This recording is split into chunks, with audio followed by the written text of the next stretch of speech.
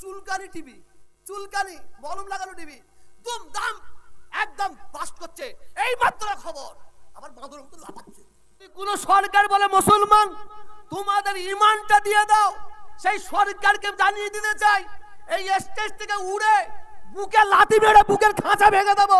এই সাম্প্রদায়িক বিষ এদের বিরুদ্ধে জাগো, এদের বিরুদ্ধে জাগো, জাগো হিন্দু জাগো, জাগো মুসলমান জাগো। যদি কেউ অন্যের মাকে ভালোবাসতে না পারে সে কোনোদিনই তার নিজের মাকে ভালোবাসতে পারবে না। যদি কেউ অন্যের ধর্মকে যদি শ্রদ্ধা করতে না পারে সে কোনোদিনই তার নিজের ধর্মকে শ্রদ্ধা করতে পারবে না। কুরআন পাকের মধ্যে আমরা পেয়েছি আল্লাহর বাণী, লাকুম দীনুকুম ওয়ালিয়া দীন, তুমি তোমার ধর্ম করো, ওকে ওর ধর্ম করতে দাও, কেউ কারো ধর্মের প্রতি আঘাত করো না। আমি ওয়াকাবের সম্পর্কে কিছু বলার নিয়ে আর কিছু ছাল চামড়া ছাড়াবার জন্য কথা বলবো। আমরা আজকে এখানে যা মানুষ এসেছি তার 2 ডবল 3 ডবল মানুষ ঘোরাফেরা করছে। আজকে এখানে আমরা কেন এসেছি, কিসের জন্য এসেছি, একের পর এক বক্তা তারা বক্তব্য রেখেছেন। কেন্দ্রীয় সরকার জালেম সরকার মুসলমানদের একটার পর একটা জায়গায় হাত দিতে দিতে দিতে দিতে মুসলমানদের হৃৎপিণ্ডে হাত দিয়েছে, কলজেতে হাত দিয়েছে। সেটা কি? মুসলমানদের ওয়াকাফ সম্পত্তি। কেন্দ্রীয় সরকারকে জানিয়ে দিতে চাই, প্রত্যেকটা রাজ্য সরকারকে জানিয়ে দিতে চাই, ওয়াকাফ সম্পত্তি কেন্দ্রীয় সরকারের বাবার সম্পত্তি নাই, রাজ্য সরকারের বাবার সম্পত্তি নাই। আর আমরা যারা মুসলমান বসে আছি আমাদেরও বাবার সম্পত্তি নাই। ওয়াকাফ সম্পত্তি হচ্ছে আল্লাহর সম্পত্তি। অতএব আল্লাহর সম্পত্তিকে নিয়ে যদি কেউ দুরম্বি করার চেষ্টা করে তার জন্য আমার রক্ত দিয়ে তার মোকাবিলা করবো ইনশাআল্লাহ, ইনশাআল্লাহ।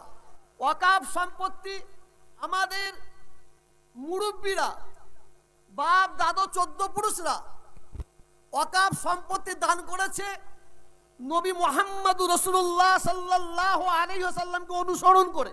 ওয়াকাফ সম্পত্তি আমাদের মুরব্বীরা দান করেছে মুসলমানদের ছেলেমেয়েরা যাতে উচ্চ শিক্ষায় শিক্ষিত হতে পারে, ডাক্তার হতে পারে, ইঞ্জিনিয়ার হতে পারে, WBCS হতে পারে, IPS হতে পারে, IAS হতে পারে।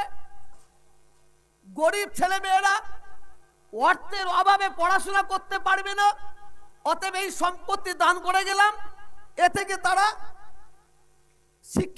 শিক্ষায় শিক্ষিত অর্জন করবে। আর মসজিদ পরিচালনা করার জন্য, মাদ্রাসা পরিচালনা করার জন্য, এতিমখানা পরিচালনা করার জন্য কারো কাছ থেকে ভিক্ষা না চাইতে হয়, যার জন্য ওয়াকাফ সম্পত্তি। আর এই সুকুনি সরকার, সুকুনি এই সরকার আমার ভারতবর্ষে একটার পর একটা জিনিস বিক্রি করতে করতে আজকে এই ওয়াকাফ সম্পত্তি মুসলমানদের লক্ষ লক্ষ বিঘে ওয়াকাফ সম্পত্তি আছে, সেই সম্পত্তিটাকে আত্মসাৎ করার জন্য আজকে এই জায়গায় হাত দিয়েছে। আমি জানিয়ে দিতে চাই ওয়াকাফ সম্পত্তিটা বাঁচাবার দায়িত্ব হচ্ছে আমাদের ইমানের দায়িত্ব। যদি কোন সরকার, আমরা মুসলমান, আমাদের বলে মুসলমান তোমাদের গাড়িগুলো দিয়ে দাও, আমরা বলবো নিয়ে নাও। তোমাদের জমি জায়গাগুলো দিয়ে দাও, আমরা বলবো নিয়ে নাও। তোমাদের ঘর বাড়িগুলো দিয়ে দাও, আমরা বলবো নিয়ে নাও। তোমাদের বাড়ি সোনা হীরা মণি মুক্তা যা আছে দিয়ে দাও, আমরা বলবো নিয়ে নাও। আর যদি কোন সরকার বলে মুসলমান তোমাদের ঈমানটা দিয়ে দাও, সেই সরকারকে জানিয়ে দিতে চাই এই স্টেজ থেকে উড়ে বুকে লাথি মেরে বুকের খাঁচা ভেঙে দেবো। কারণ এই ওয়াকাফ সম্পত্তি এটা আল্লাহর সম্পত্তি। আল্লাহর রাস্তায় আমাদের বাপ দাদু 14 পুরুষরা দান করেছে। অতএব এদিকে আঙুল বেরিও না, এদিকে চোখ দেখো না, তাহলে মনে রাখবে, তুমি জেনে লাগবে যখন ওয়াকাফ সম্পত্তির মধ্যে হস্তক্ষেপ করবে তখন সারা ভারতবর্ষের মানুষ জানবে পিপিলিকার পর বেরিয়েছে, পর বেরিয়েছে। আসুন, বক্তব্য একটার পর একটা বক্তব্য রাখছে, আমি এর সঙ্গে কিছু সম্প্রীতির বক্তব্য দিতে চাই। ভারতবর্ষ হিন্দু মুসলমান শিখ ইসাইর ঐক্য, একতা, ভ্রাতৃত্ব, ভালোবাসার ভারতবর্ষ। বিশেষ করে আমি তোহা সিদ্দিকী বহু জায়গায় বলি, আজকেও বলছি, ভারতবর্ষের এমন একটা কোনো রাজ্য নাই, এমন একটা কোনো রাজ্য নাই যে রাজ্যে আমি তোহা সিদ্দিকী যাইনি বলে আমার জানা নাই। পশ্চিম বাংলার প্রত্যেকটা গ্রাম গ্রাম পাড়ায় পাড়ায় ঘুরেছি। দিল্লি, বোম্বে, ইলাহাবাদ থেকে এমন কোনো জায়গায় ঘুরিনি আমি। ভারতবর্ষের বাইরে বিদেশে দুহাই, দুবাই, আবুধাবি, কাতার, চায়না, বাংলাদেশ, বহু দেশে ঘুরেছি, সৌদি ঘুরেছি, বহু দেশ আল্লাহ নিয়ে গেছেন। ভারতবর্ষের যত রাজ্য আছে আমি চারিদিকে লক্ষ্য করে বলতে পারি, যদি হিন্দু মুসলমানের ঐক্য, একতা, ভ্রাতৃত্ব, ভালোবাসার রাজ্যে যদি এক নম্বরে কাউকে দিতে হয়, সেটা পশ্চিম বাংলাকে দিতে হবে, পশ্চিম বাংলাকে দিতে হবে। আজকে কিছু সুকুনি মার্কা, আমি নেতাজি ইন্ডোর স্টেডিয়ামে একটা বক্তব্য রেখেছিলাম, আজকেও সেই বক্তব্যটা রাখছি আপনাদের কাছে। নেতাজি ইন্ডোর স্টেডিয়াম ইমাম মুয়াজ্জিনদের একটা সভা হয়েছিল, সেই সভায় বেশি সময় পাইনি। সুকুনি জানেন তো আপনারা? জানেন না? সুকুনির দুটো বাচ্চা হয়েছে, দুটো বাচ্চা দুটো বলছে, মা মাংস খাবো, গোস্ত খাবো। সুকুনির মা উড়ে গিয়ে কিছুটা গরুর মাংস, গরুর গোস্ত নিয়ে এসে ওদের দিয়েছে। বাচ্চাগুলো দেখে বলছে, এ মাংস খাবো না, এ মাংস খাবো না। সুকুনি তখন বলতে দেখে, গরুর মাংস তোদের পছন্দ নেই। আবার উড়ে গেছে, আবার উড়ে গিয়ে ষোঁড়ের কিছু মাংস নিয়ে এসেছে, ষোঁড়ের মাংস নিয়ে এসে বাচ্চাদের দিয়েছে। বাচ্চারা দেখে বলছে, মা এ মাংস খাবো না। তো সুকুনের বাচ্চা দুটোকে জিজ্ঞাসা করছে, কিসের মাংস খাবি? বলছে, মানুষের মাংস খাবো। মানুষের মাংস খাবি? একটু অপেক্ষা কর। সুকুনি কি করলো জানেন? গরুর মাংসটা নিয়ে হিন্দুদের মন্দিরের ভেতরে ঢুকিয়ে দিয়ে এসেছে। ষোঁড়ের মাংসটা নিয়ে মুসলমানদের মসজিদে দিয়ে এসেছে, দিয়ে ডালে চুপ মেরে বসে আছে। সকাল হয়ে গেছে, হিন্দু ভাইয়েরা তারা মন্দিরে ঢুকেছে, ঢুকে দেখে তো গরুর মাংস। গরুর মাংস তো মন্দিরে কোনো মুসলমান ফেলবে না, এই কোনো হিন্দু তো ফেলবে না, এটা মুসলমানদের কাজ, মুসলমানরা ফেলেছে। মুসলমানরা ফজর বেলার নামাজ পড়তে গিয়ে দেখে মসজিদে ষোঁড়ের মাংস। মুসলমানরা তখন মনে মনে করছে, কোন মুসলমান তো ষোঁড়ের মাংস মসজিদে ফেলবে না, এ তো হিন্দুদের কাজ, এটা হিন্দুদের কাজ। তো হিন্দু ভাইয়েরা মন্দিরে একের পর এক জড়া হয়েছে, একের পর এক জড়া হয়েছে, আর মসজিদে মুসলমানরা জড়া হয়েছে। হিন্দুরা তখন মুসলমানদের বলছে, আমাদের মন্দিরে গরুর মাংস তোরা ফেলেছিস। এরা বলছে, আমাদের মসজিদে ষোঁড়ের মাংস তোরা ফেলেছিস। এরা বলছে, আমরা ফেলি না, ওরা বলছে, আমরা ফেলি না। এই কথা কাটাকাটি হতে হতে লড়াই লেগে গেল, দাঙ্গা লেগে গেল। হিন্দু ভাইয়েরা 10টা মরে গেল, মুসলমান ভাইয়েরা 10টা মরে পড়ে আছে।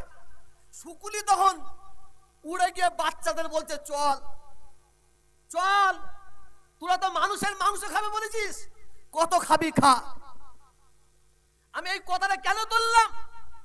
আমার বাংলায়, আমার ভারতবর্ষে কিন্তু সাম্প্রদায়িক মনোভাবপূর্ণ সুকুনি মার্কা মানুষ বেরিয়েছে, দু পায়ে জন্তুর। ও ধরে মানুষ বলাটাও পাপ, মানুষ বলাটা পাপ। ওদের মানুষ বললে মুখটা ধুতে হবে।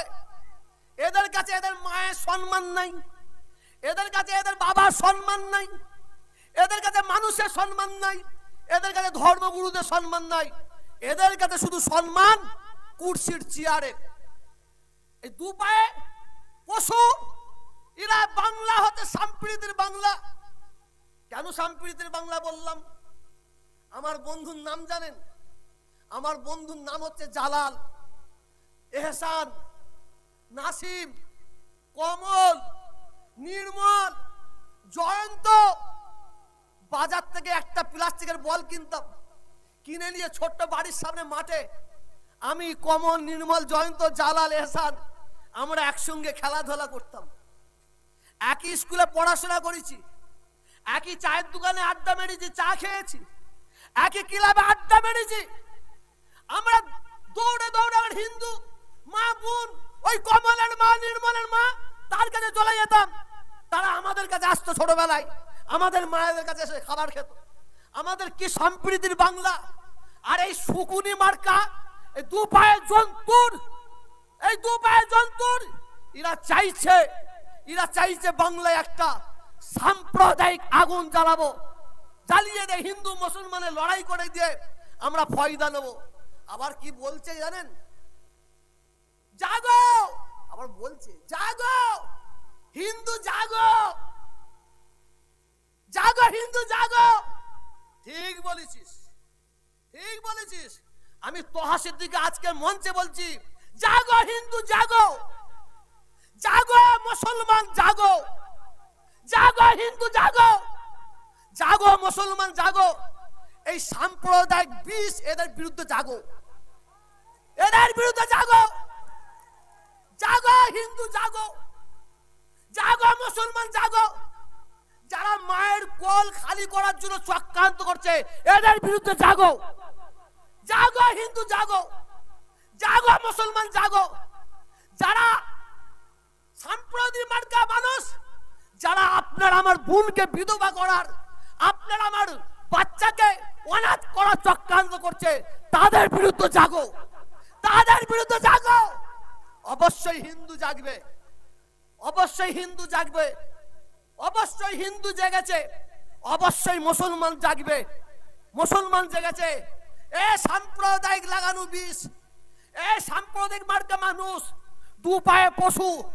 তোরা শুনে নে, আমরা সম্প্রীতির হিন্দু একটা ঠ্যাং ধরবো, সম্প্রীতির মুসলমান একটা ঠ্যাং ধরবো, দুজনে দুদিকে টেনে ফেরে তোরা কিট তোদের সমুদ্রে ভাসিয়ে দেখিয়ে দেবো ইনশাআল্লাহ, ইনশাআল্লাহ।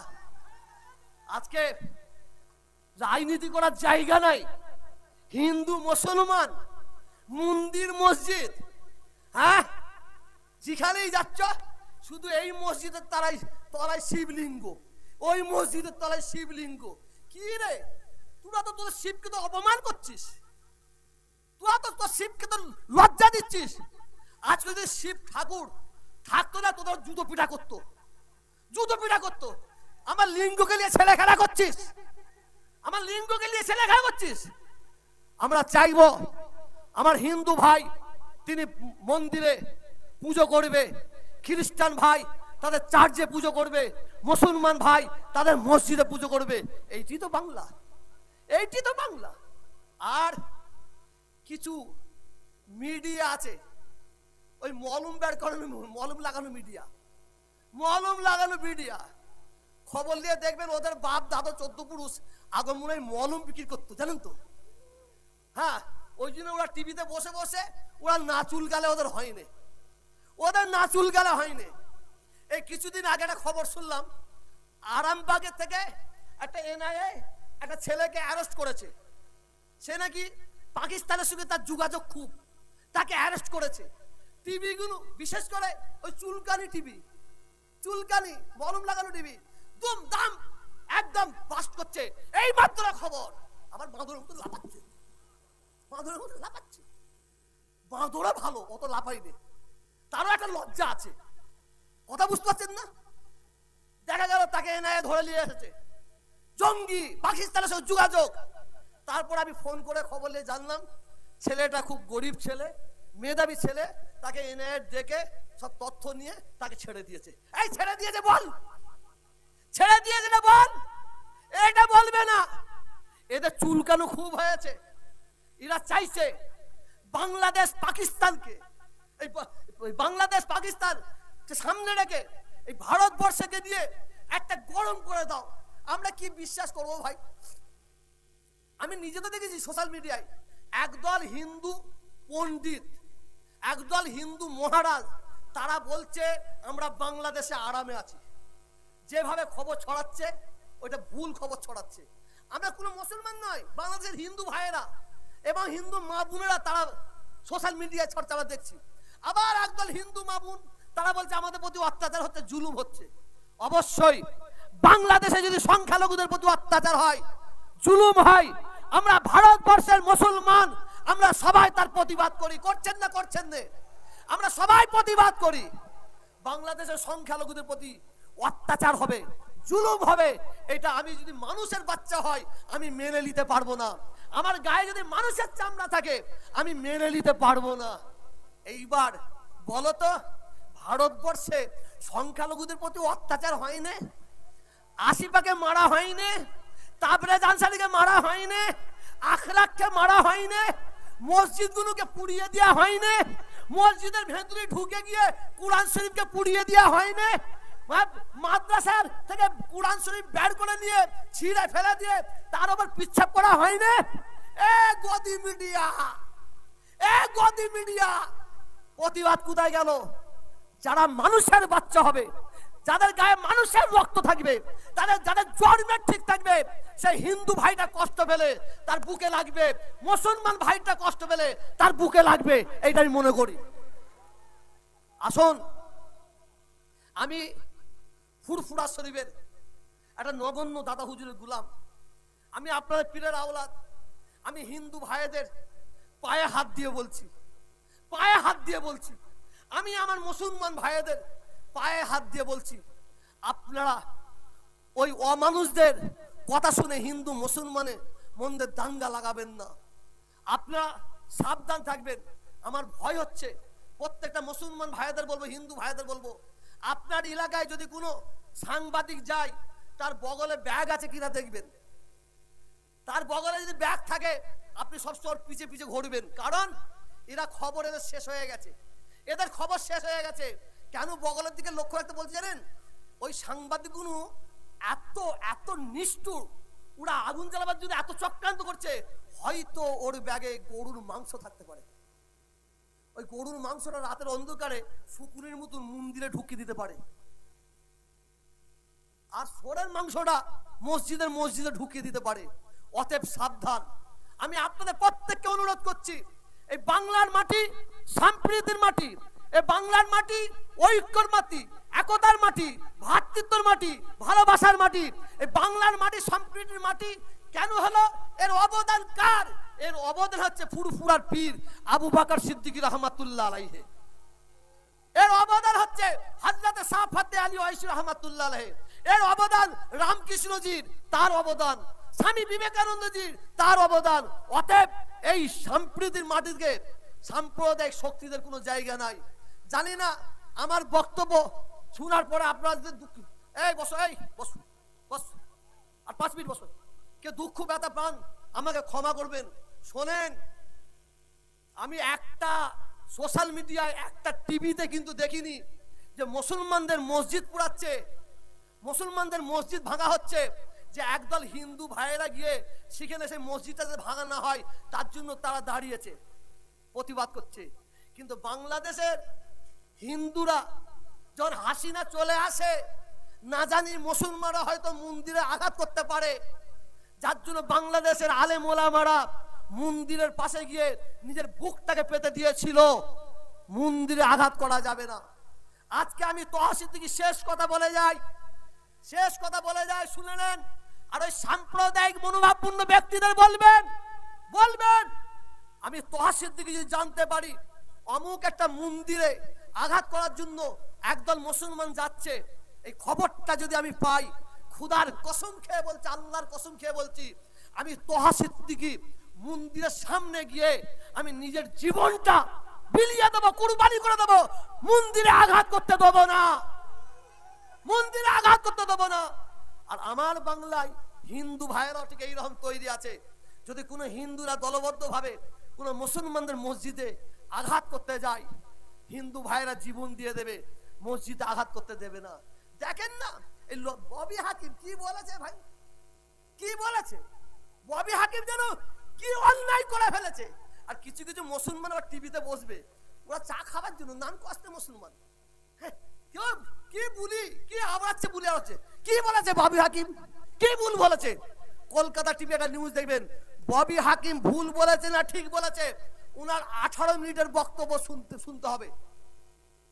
এটা আমি তোহা সিদ্দিকী এক জায়গায় বক্তব্য রেখেছিলাম, এ মুসলমান তৈরি হও, এ মুসলমান তৈরি হও, এ মুসলমান হিন্দুদের সঙ্গে লড়াই করতে হবে, এ মুসলমান হিন্দুদের সঙ্গে যুদ্ধ করতে হবে।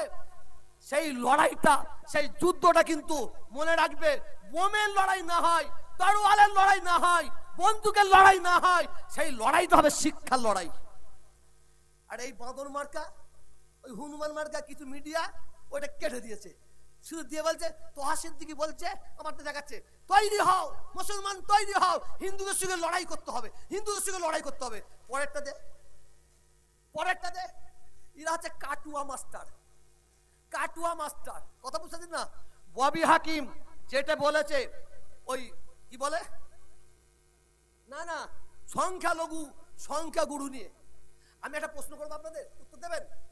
যদি হিন্দু কোনো ভাই বলে আমার ধর্ম শ্রেষ্ঠ ধর্ম, যদি কোনো হিন্দু ভাইরা বলে, এটা আপনাদের কারো অসুবিধা আছে? এটা হাত করে জোড়া বলুন, অসুবিধা আছে? যদি কোনো শিখ পাঞ্জাবি ভাই বলে আমার ধর্ম আমার কাছে শ্রেষ্ঠ, আপনাদের কোনো অসুবিধা আছে? অসুবিধা আছে? যদি কোনো খ্রিস্টান ভাই বলে আমার ধর্ম আমার কাছে শ্রেষ্ঠ, আপনাদের কোনো অসুবিধা আছে? অসুবিধা আছে? আর আমি মুসলমান, আমার ধর্মটা শ্রেষ্ঠ বলতে অসুবিধা কোথায়? তখন চুলকাচ্ছে কেন? তখন চুলকাচ্ছে কেন? হিন্দু ভাইদের কাছে তাদের ধর্ম শ্রেষ্ঠ, খ্রিস্টান ভাইদের কাছে তাদের ধর্ম শ্রেষ্ঠ, শিখ ভাইদের কাছে তাদের ধর্ম শ্রেষ্ঠ। আমরা মুসলমান, আমাদের ধর্মের সার্টিফিকেট কোন মুসলমান দেয়নি, কোন নবী দেয়নি, কোন পয়গম্বর দেয়নি, কোন সাহাবা দেয়নি। আমাদের ধর্মের সার্টিফিকেট স্বয়ং আল্লাহ দিয়েছেন। কোরআনটা খুলুন, ইন্নাদ-দীনা ইনদাল্লাহিল ইসলাম, এই সার্টিফিকেট আল্লাহ দিয়েছে। অতএব মনে রাখবেন, শুরুতে বলেছি আবার শেষে বলছি, যদি কেউ অন্যের মাকে ভালোবাসতে না পারে, ওই বাঁদরটা নিজের মাকে ভালোবাসতে পারে।